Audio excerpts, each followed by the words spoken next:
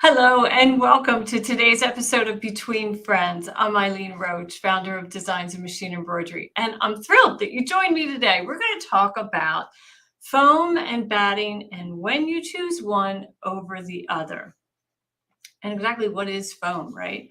The foam that we're talking about is an interlining. It is sandwiched between an outer fabric and a backing fabric, just like batting would be when you're quilting.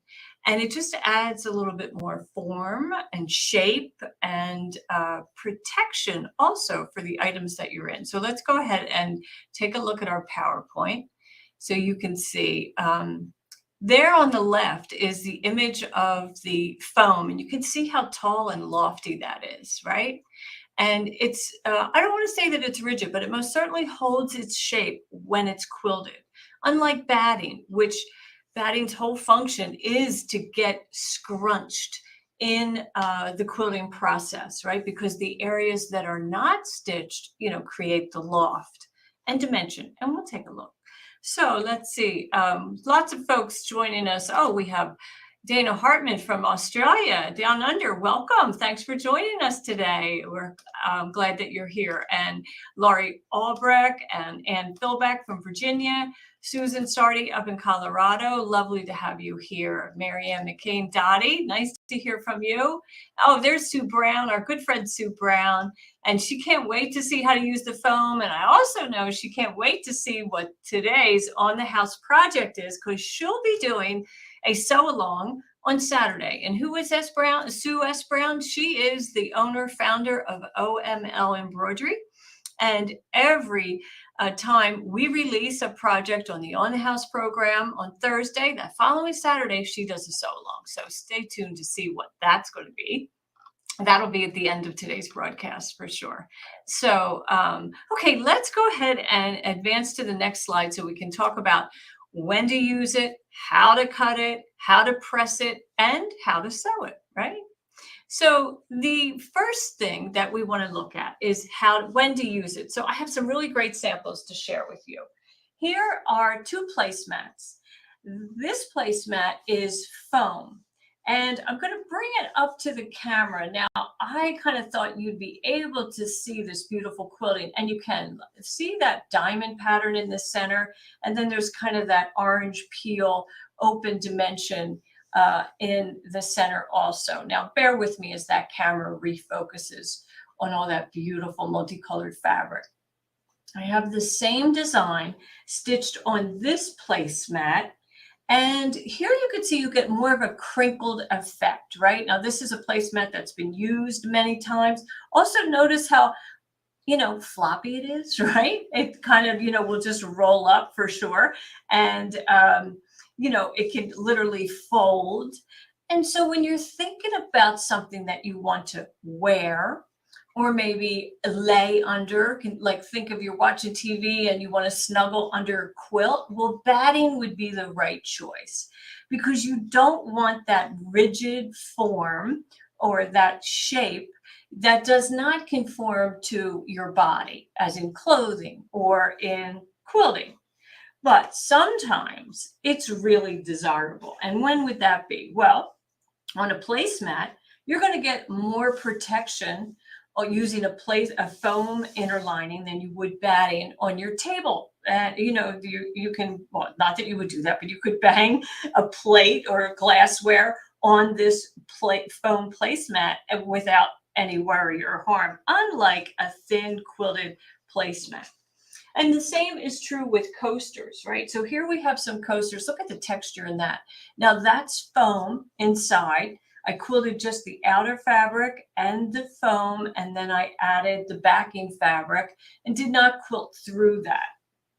And so, same with a smaller diamond. Now you'll notice you'll get more loft if you allow more space between your stitches than you do in a tiny little pattern like this. So this has more loft than the tiny pattern. And that's just a personal choice, right? Something that you would consider.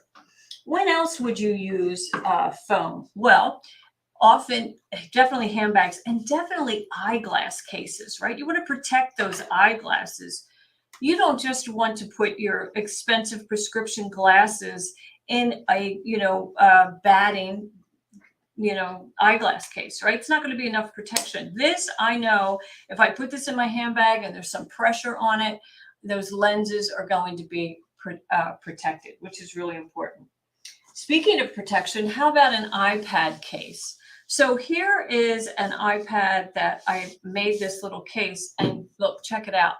I didn't even put any lining inside. I just used the foam because I wanted that iPad case, iPad to stay inside of the sleeve. I didn't want to put a flap or, a button or any of that. I just wanted a sleeve to protect it.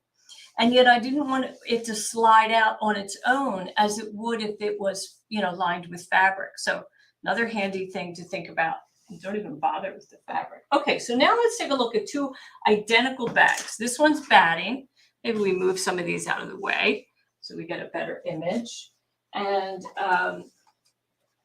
here we go. This is when I get dangerous, right? Start moving around the room. Okay, so this is like a cosmetic case, or, if it wasn't hot pink, we would call it a daub kit, right? A shaving kit. But you know this style. It's a square, rectangular shape, and has a zipper in the center. And it's supposed to, be rectangular. And when you do it with foam, you most certainly get that shape. Look at the difference between the two, right? This flattens and collapses. This will collapse if I force it, but it will also bounce back to shape. So, for a bag, cosmetic bag, a handbag, I like that for sure. I really like that. So the next thing that we want to talk about is, would be good if I had this week's agenda in front of me. The next thing we want to talk about is how to cut the foam. So cutting the foam is so easy, so easy. So let's take a look. I'm going to bring a rotary cutting mat because I'm a smart girl, right? We don't want to cut on our hoop mat, although you've all seen me do that before. So I have a couple things to show you here. First off, we can, here's our foam.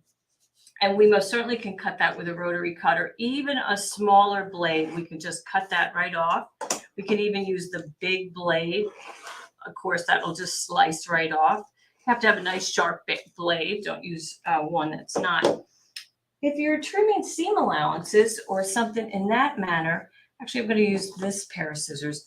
You can slice away.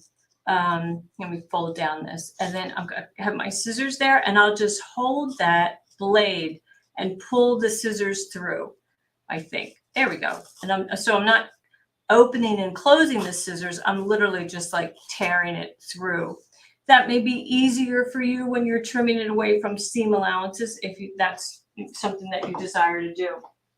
Now, you often have a lot of scraps when you use foam. And I got a little surprise here for you. You can piece the foam. So let's take a look at this quilt block. Looks beautiful, right? Well, check out the back. It's actually two pieces that, excuse me, that have been pieced together with our Fuse Sew Soft. So let me show you how to do that, all right? So the easiest way to do that is to just draw a curving line. Cut a curving line. Not, let's use the blade that's sharp, right? So we're just going to cut like a gently sloping curve. And then we'll just pull this off. If you have any problems, just get your scissors and trim that. Okay. It's not that great, but oh well, we'll live with that, right? Okay, then we're going to take this piece, and this is what we want to piece together. Now, the key here is to overlap them. And I'm just going to take a Sharpie so that you can see this really easily. And I'm going to draw that curve. And then I'm going to take that rotary cutter, and I'm just going to slice right on that curve. There we go. And then I'm going to push them together. And, they're almost going to fit, right? In a perfect world, they would fit. And then I'm going to take a strip that I've already prepared. So this is just a 2-inch wide strip of my Fuse So Soft. And I'm going to place that over that join. Now that is not joining very nicely. So I am going to go ahead and just kind of clean that up a little so that it does fit nicely. Batting does this very easily because it is more flexible, right? And conforms to the shape. And then we're just going to press that. I have an iron ready, so just bear with me while I bring over a wool mat. Because not only can we cut apart a hoop mat, we can also burn a cutting mat. We don't want to do that, right? So we'll position that together and then just very carefully fuse this together. And on our Fuse So Soft, we want to make sure that the smooth side of the Fuse So Soft is up. The rough side is against the foam because that's the adhesive side. Now, you will do this on both sides. Unlike batting, when you join batting in this fashion, you really only have to do that on one side. But when you're using it on foam, it's best to do it on both sides. And then when you quilt over this, no one will ever know that that was pieced, you know, because look at my beautiful quilt block here. Nobody, you can't see that at all. So super easy to do that. And it's a great way to economize on the foam and use up those scraps. Now, you probably wouldn't want to do a whole large bag front like this, but smaller pieces that you can, or smaller projects, very handy to do that with. Okay, and then let's see, what is next? The next is, oh, well, how do you iron it? So I just showed you how you can do it. So for sure, you're going to use a dry, medium heat iron, and you can press it open. You most certainly, let's take a piece that is, let's get rid of this, push this out of the way, and I'm going to cut this off so you can see something, you know, when it comes in the package, it is folded up, right? It's folded up. So it might have some creases in it. And I'm going to show you just how easy it is to remove them. So you can see how easy it takes that form, right? I just folded that, you know, in my hands briefly, and yet there's that form. Then that's what we desire. So then with that medium set iron, I'm just pressing it from one side, then the other. And now that's nice and flat, and I'm able to use that just as I had planned. So super easy to do. Okay, and then what else is up? I think I have to show you, oh yeah, pressing. So let's talk about another project with pressing. So here's a bag that I made this week. Oh, first off, before we show the inside, let's look at that quilting. How fun is that? Isn't that so cute? That's our exquisite thread spools, all in an edge-to-edge design. So this end over here on the right, I've already pressed the seams, the side seams and the bottom seam to reinforce that shape. But notice down here, it's gaping open and not really holding its shape. So I'll use my totally tubular pressing station, and I'll place that end on the board and kind of have to, you know, work the body of the bag underneath the board. And then I'm just making sure that the edge of my side seam is placed right on the edge of that board. And then I'm going to work that crease. I'm going to help conform the sew-any shape foam to the board. And that will really give it some shape and form so that when I take this off, it will stand up nice and tall like the other side. And then you'll see what I do with it. Okay. So now I designed this to work with our project trays. So, you know, here at the office, we're often working in one palette, right? We're working with maybe 24 spools of thread, that maybe I have to take home and work on, or we work in this video room. We also have another sewing room, so we're often moving spools of thread around the office. And now we can do that just like this. And, if they topple out, no big deal. At least they're in the place that we had intended them to be. And so there's my bag, and I'm able to carry that around the office. I love it. So that's got a nice shoulder strap on it. I did another one in batting, and you can see this has no form at all. So this was that quilt that we worked on last week. And I'll show you how this is going to work out. And, it works for sure, but it just doesn't have that body and rigidity. And now look how it gapes open like that. And these bags are the exact same size. I used the very same pattern in cutting the fabrics and quilting it. And it's just because there's no foam in this batting that it is, in this bag, that it's just wide open. And so now when I carry it, it is all gaping open. So that's kind of the difference between the two substrates. Let me see if I can get this foam bag back in here. There we go. And you can see how this one just wants to gap. Can we pull this towards me maybe a little bit? There we go. Notice how it's just so sloppy, right? Look at it. It's just so sloppy compared to my foam box bag. Love that. Super fun. Okay, so what kind of questions, and have you worked with a totally tubular foam? And what kind of projects have you done that? Kelly says, oh, he loves it. It's perfect for sewing retreats. It is, for sure. And I could have put a flap on it. I most certainly could put a zipper panel on it. I can still do that if I so desire.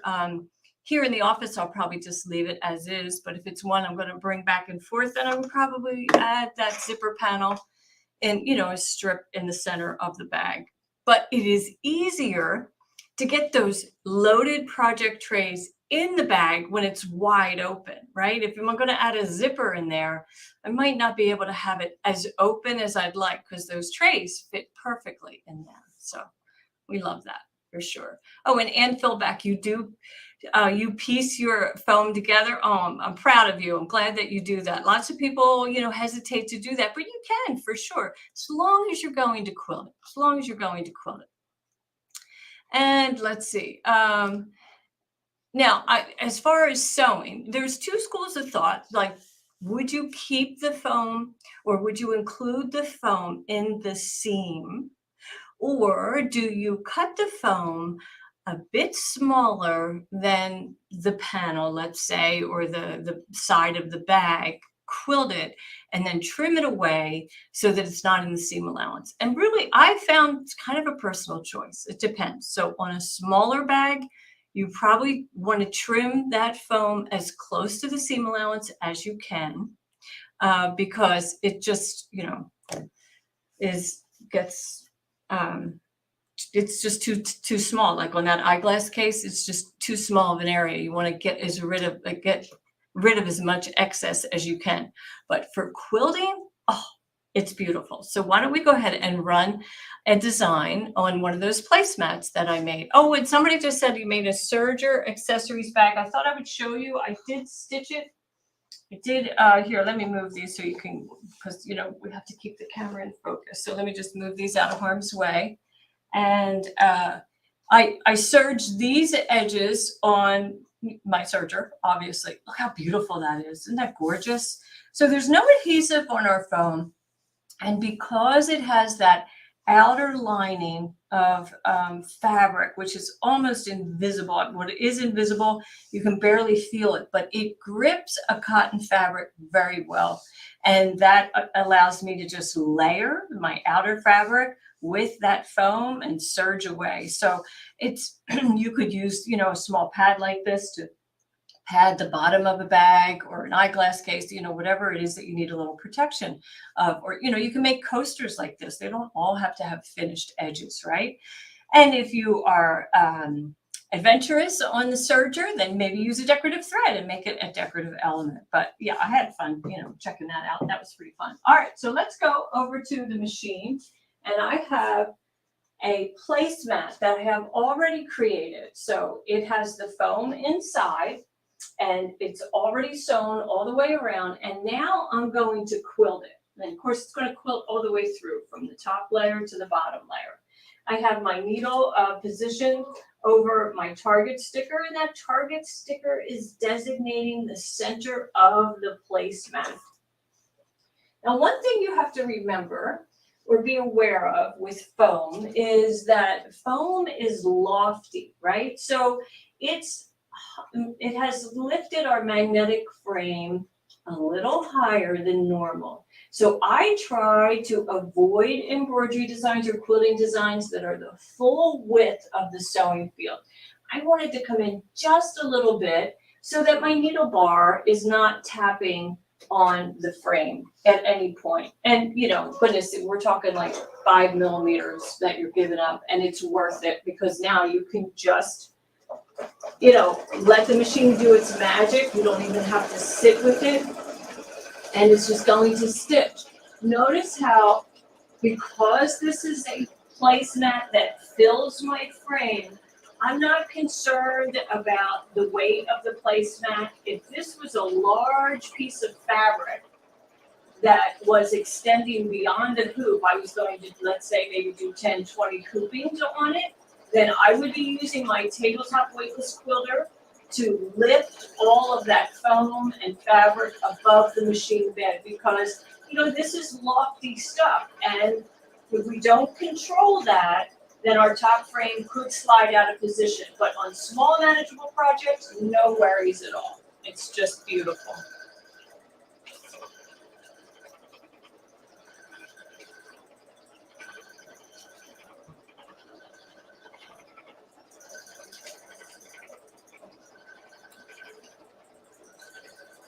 Don't you love to watch a machine stitch? So much fun.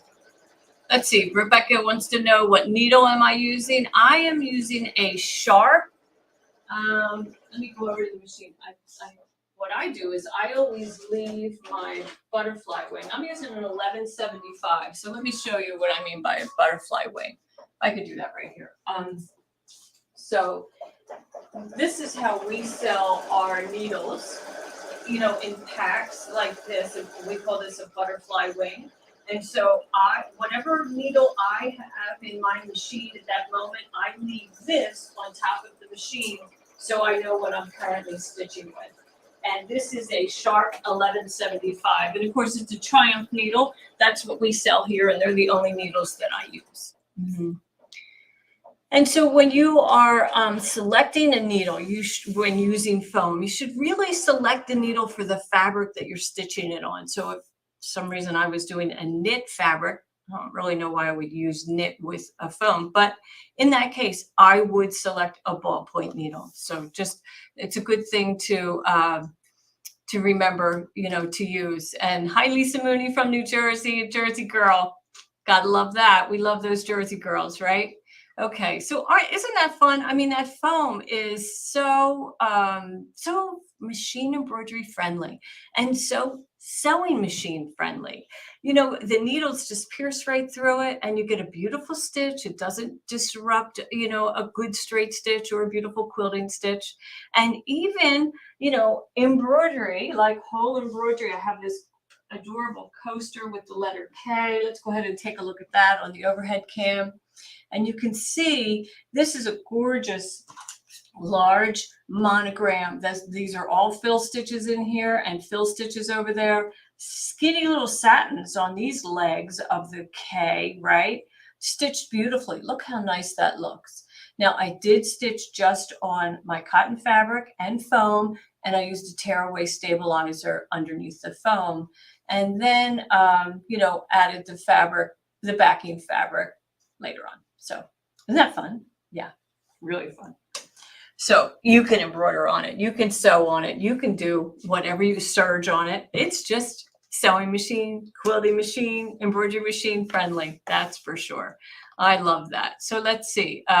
Carolyn Farlow, you used an adhesive to adhere your fabric. You sure can do that. We use Fuse Me, is the fusible web that we make and sell. And boy, it's a delicate, lightweight, fusible web, and we love it. And if for some reason you want to fuse the fabric to the foam, you can use a fusible web.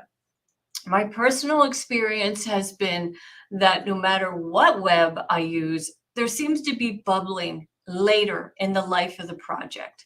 Like if it's a bag, it looks beautiful during the assembly, beautiful when you're pressing and so forth. But then as you carry it and wear it, I notice bubbles within the quilting spaces. And so I just abandoned the fusible. But every project's different, right? I don't know exactly what you're doing. So um, oh, another Jersey girl. Well, gosh, we're getting a whole gang here. I love this. Okay, we can love Debbie over in Delaware. That's all right. That's a neighbor for sure.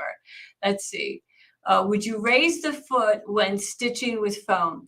Well, Anna, that's a really good question. Many machines have a feature that auto recognizes the height of the fabric.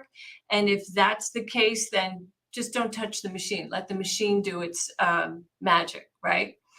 And so on this Baby Lock Solaris, I don't adjust that height, but you could consider that on another machine. I would test it first, for sure. And let's see. Can you use foam with a project that has micro fonts? Well, I don't know, Carolyn Morrow. Good question. I have not tested that. You just have to think, like, let's take a look at that K, okay? And, so here's our skinny little satins, right? There's our skinny little satins. And they're sinking down into the foam, but they are legible. I mean, we most certainly can see them. And that would be about the dimension, the width of the satin column of a micro font. So probably it would be okay. Some of your letters may collapse, like the E or a lowercase d. So you might want to test it. I would suggest testing it. Of course, you're going to use a smaller needle. You'll use a 65-9 needle and the 60 weight thread. It's worth testing, though, for sure. And maybe we'll do that here and let you know next time, because that's something that I haven't done. How about washing? Maria Soto wants to know. Well, washing is super easy to do. And you just, whatever the care of the fabric is, that's how I launder it. And I have found that I will have to press it again. So like those bags that I want to keep that shape in, once I wash it, then I'll take it back to the ironing board or my totally tubular pressing station and just press those corner creases in and so forth. But it washes beautifully. You want to put it in the dryer on medium heat or just air dry it. But we haven't really had any problems. Yeah, let's see. Laurie Albrecht, she uses Fuse Me with her digital cutters, and she uses it for applique. It's a great use for that, for sure. Absolutely. It's on those digital cutters. So Laurie, maybe you would tell us in the comment how you do it. So how I do it on the digital cutter is I mirror image my design and I put I fuse me to the wrong side of the applique fabric. And then I remove the protective paper and place the applique fabric side down on the mat and cut in that fashion. Maybe you do it differently, but I've had success liking that. Oh, and Dawn, let's see. So you love making pouches and bags, but you haven't quilted them much. Oh my goodness. The whole point in my mind of making these bags is to quilt them. I love the quilting process. I have so much fun coming up with what kind of design will I put on the bag. To me, that's the beautiful part. And those two bags that I showed you, the orange bag with the spools of thread quilted on the side is so visible, those spools, the quilting, because it's a solid fabric, right? So if you want your quilting to show, use a solid fabric. If you just want to add texture and not have your quilting visible, then a print is the way to go, because truly it will just blend in, with the background, that fabric, and nobody's ever going to see it. So, you kind of go to all that work and nobody sees it. it's a catch-22, right? If you're like me, you love the prints, I'm drawn to certain designers and I love their work. But when I quilt it, it's like, yeah, but now you can't see my work, right? Now you can't see my quilting. But there's a work around that. You can have borders that are the beautiful print fabrics and so forth, and let your quilting be on the solid blocks, or vice versa, right? Yep. Okay. So Laurie Albrecht says, yep, she does the same thing I do. She takes the paper off, she mirror images the designs, put the fabric side down, and that's what works on her. Scan and cut and Cricut. Yep. That's what I do. It's awesome. So, yeah, we love that. Hi, Linda from Melbourne, Florida. Are you having a lovely day down there? And Connie Rolls in Florida. I talked to my sister yesterday. She said it's a little hot yesterday, but that's okay. Let's see. And the bags that I showed you are not for sale yet. It could be a pattern that we are making available soon, but I just finished it this morning. And Marianne DeBagla wants to know, are the spools of quilting thread pattern found anywhere? No, but I think they will be available with that pattern. And if you also notice behind me, these little panels, they have hoops. These are little hoops. That's our monster hoop, and then a little swirly curly Q, and over to the next monster hoop. Another beautiful edge-to-edge design. So maybe we will put that all in a bundle and share that. So yeah, I can show you them again. All right, let's see. So of course now they have thread in it. So if I turn it on its side, but it just absolutely fits the project tray, and it's the right height, right width, right length. Okay, let me pull this out, and I'll turn it on its side so you can see that. Isn't that so cute? And so on the bottom, I did a diamond pattern. I often like to do a diamond pattern. I think it's a nice, strong, reinforcing quilting design. That's where we're going to get all that wear and tear, right? But this edge-to-edge design that I drew and digitized, super fun, isn't it? It's just charming. We love that. What is the foam made of? Is it latex? It is not latex. And I do have those details. Let me see if I can find out what that is here. Hang on. It is polyester and nylon, I believe. It's not latex. So if you have an allergy to latex, I think you're safe. You're safe. Okay. So, of course, we have lots of other things to talk about. Well, not really, not that much. But you're not going to be surprised at this, but today's special is the Sew Any Shape foam. And let's take a look at that special. So it's $24.99. And it's a big piece. It's 36 inches by 58. Boy, can you get a lot of projects out of that. Several bags. I mean, like the bags that are shown there. And now I showed you, if you're just watching the replay, I mean, if you're just coming in late, watch the replay, because I showed you how you can piece together the foam and take advantage of every scrap that you have after you do some projects. That's going to last a long time, that 36 by 58 Sew Any Shape foam. And we sure do love it here. It is fun. So next week, not quite next week, Ashley got an extra week off, but next week she is going to be sharing her next software success with us. And that's on June 6th at 1 o'clock. So that's Tuesdays at 1 o'clock. And Ashley always shares her software success on the first and third Tuesday of the month. So she'll be back on June 6th, and I hope that you'll watch her. Now, let's see how you can be notified on how to make sure you never miss any of our episodes. So take a look. In this video, we'll show you how to subscribe to a YouTube channel and follow a Facebook page through your phone. Let's start with YouTube. First, open your YouTube app on your phone. Once you're on your home page, search for the Designs in Machine Embroidery in the search bar at the top of the screen. Click on it and go to the channel page. Once on the channel page, click the subscribe button, and that's it. You're now subscribed to the channel. Now, let's move on to Facebook. First, open your Facebook app. Once on your home page, search for Designs in Machine Embroidery in the search bar at the top of the screen. Once on the profile page, click the three dots and select the follow button. And that's it. You're now following the page. Thanks for watching. And please don't forget to subscribe to our channel on YouTube. We're trying to get our numbers up and we would really appreciate your help for sure.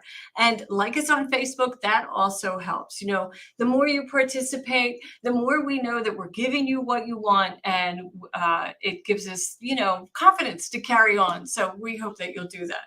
So let's take a look at how you can subscribe.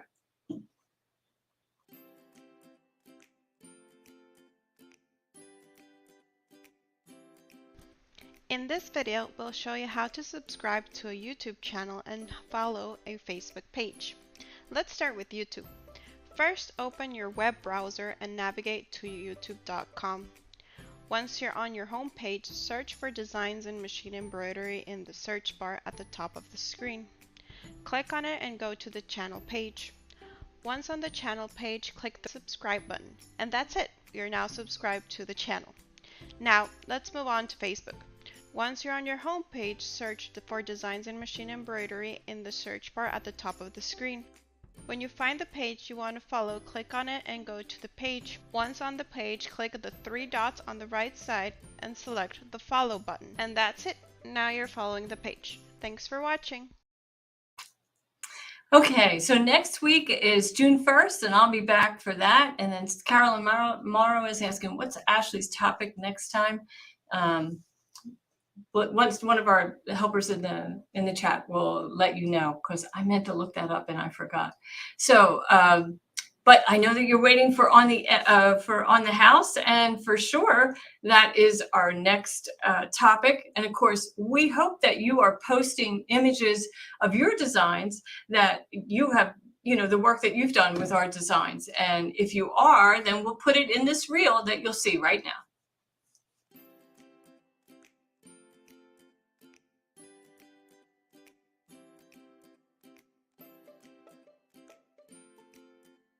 Here is a quick tutorial on how to use hashtags in your design post. First, on your Facebook profile page, click on the photo icon. Select the public option sharing so we can view the design once it's published. Add the image of the design you wish to share. Then add the description related to your design. Then we can go on to adding your hashtags. We suggest dime sew along, on the house, or exquisite thread. Finally, click Post.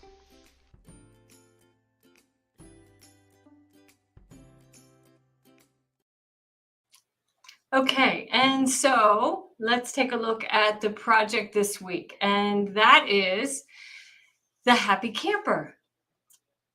And why isn't that advancing?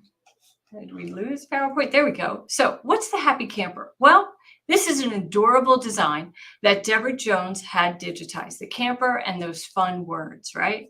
And then I turned that into a postcard. And what's the idea on the postcard? Well, maybe you have children or grandchildren that are going off to camp this summer. And so you can make them these pre-addressed postcards that are embroidered, and they can just fill in their message to you. Or if you are the lucky camper that's maybe going off in your RV for the summer, make a stack of these before you go and take them with you and then send them from the road. So let's take a look at how you do it. So the first thing you're going to do is stitch the back of the postcard. And when you do that, you're going to use the heavy duty water soluble stabilizer. And I used our poly patch twill fabrics for this because they're nice and stiff. And if you know anything about making postcards that you can mail, or maybe you're familiar with the artist trading cards that many quilters like to make, they often put a very stiff interfacing in between the two layers, such as Peltex or Timtex. And but with poly patch twill, you don't need any stabilizer inside. You're going to have that heavy duty water soluble stabilizer, and that will be it. So the back design, the postcard back design, is the stars and the rope, oval rope design, and then it's blank beside that. It also doesn't have a satin edge in that part of the project because you're going to add this to the postcard front, and that design has the satin outline. So let's take a look. So Now I'm on the postcard front, and I have stitched my placement. Well, I pre-cut my poly patch twill, and you can do that with a digital cutter, or you can just cut it out because there's a pattern included, the shape on the template. You could just cut it out with scissors. And then you'll stitch color 1, which is the placement guide, on the heavy duty water soluble stabilizer, and then place that poly patch twill over the outline, and you can tape it or use temporary spray adhesive to hold it in place. And then you're going to stitch the next color, which is a placement guide for the sky. And then place your sky fabric over that outline and trim it away so it's just not extending beyond that tack down. And then next up will be a placement guide for the grass, and then you'll place your fabric over that. Now, of course, I applied Fuse Me to the wrong side of both of these applique fabrics because I wanted to make sure that they would stay in place, specifically when I get to stitching that RV on top of it, right? I don't want any bubbling or puckering of the applique fabric. So I used Fuse Me. I trimmed it away at this point, and then still, here we are, nice and trimmed. And then still in the hoop, I place my hoop on a wool mat and press just those applique fabrics to make sure that they stay in place, okay? And then next is a whole lot of colors for the RV. Sorry about that, folks, but that's how it goes. And, if you want a beautiful design, well, you got to change the thread. And so we have the RV camper itself. We have the hitch in the front. We have the awning, the door, the 3 different windows, a tire. And then happy camper, the word happy is in 5 different colors. You don't have to stitch it in 5 different colors. If you're in a hurry, you can stitch it all one color. But we did want to make it really bright and cheerful because what a lovely thing to send a camper off with, So I don't know what my next photo is here. Okay, so I made this one, and I did use the micro fonts and stitched this address in there, self-addressed. But I'll tell you, if you take a close look, it's, the stitching's pretty nasty, right? Like, look at the 12. It's not nice and clean and crisp. Guess why? I didn't have my 65-9 sharp needle in my machine. I had a ballpoint needle, and what a difference that made. So, when Deborah Jones tells us to use the right needle, listen to her. She knows what she's talking about. Okay, so let's go take a look at it in person because I do have that here. And I thought I'd show you. So you don't have to put the address on there. But if you do, that's fine. But just use a sharp, fine point marker, permanent marker, to write in your message. Like I'm making pretend that my granddaughter sent this to me, Grandma, having so much fun, miss you, love, Emma. Well, Emma's only 1 year old, so she's not going off to camp and she can't write yet. But I know someday she's going to send me something like that, right? So on this one, this is the design that you get on the back for sure. And so you would just use either a marker to put in that address or and also the message. Now, I had our shipper weigh this and tell me, well, how much does it cost to mail this? It's $1.03.